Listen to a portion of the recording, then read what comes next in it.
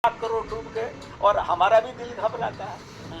Property में normally 99% chance है, यदि आपने सही ड्यू डिलिजेंस किया है तो पैसा जीरो कभी भी नहीं होता है। ओके, तो इसलिए सबसे सेफेस्ट और सबसे बेस्ट इन्वेस्टमेंट शुरू से मैं पहले भी कहा था, फिर कह रहा हूँ, वो रियल एस्टेट हो सकता है। यदि आप लॉन्ग टर्म के लिए दूरदृष्टि रखेंगे तो आप देखेंगे।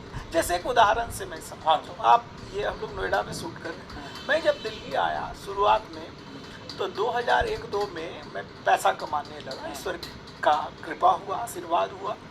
तो मैंने पूछा कि कहाँ पैसा लगाएं। उस समय तो लोग शेयर मार्केट में कम ही लगाते थे, तो किसी मित्र ने सलाह दिया, भाई ज़मीन ले लो। उस समय 2000 रुपये गज ज़मीन मिलती थी दिल्ली में, जहाँ मैं रहता था नॉर्थ दिल्ली में, संतनगर बुराड़ी जी। और आज क्या होगा आप ही बताइए? लाख रुपए गज का रेट है। लाख रुपए गज, तो यानी 2 लाख रुपए की प्रॉपर्टी आज 1 करोड़ रुपए, 1 से 2 करोड़ रुपए का है।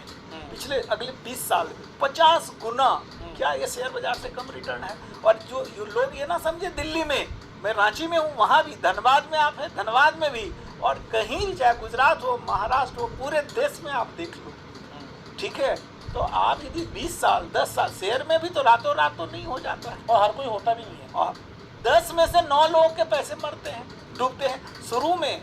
कि हर चीज़ लोग एक्सपीरियंस से सीखता है। शुरुआत में मुझे याद, मैं बुराई फिर भी नहीं करना चाह रहा हूँ, शुरू में मुझे याद है कि कोई आया, एक एजेंट, कहा कि भाई डीमैट अकाउंट खुलवा लो, 1 लाख का चेक लेके गया। मेरा अनुभव बताऊँ, कहा कि सर ये खरीद लो है, मुझे तो कुछ पता नहीं, ये बेच लो, बेच दो, थोड़े दिन में देखे पैसा आधा हो।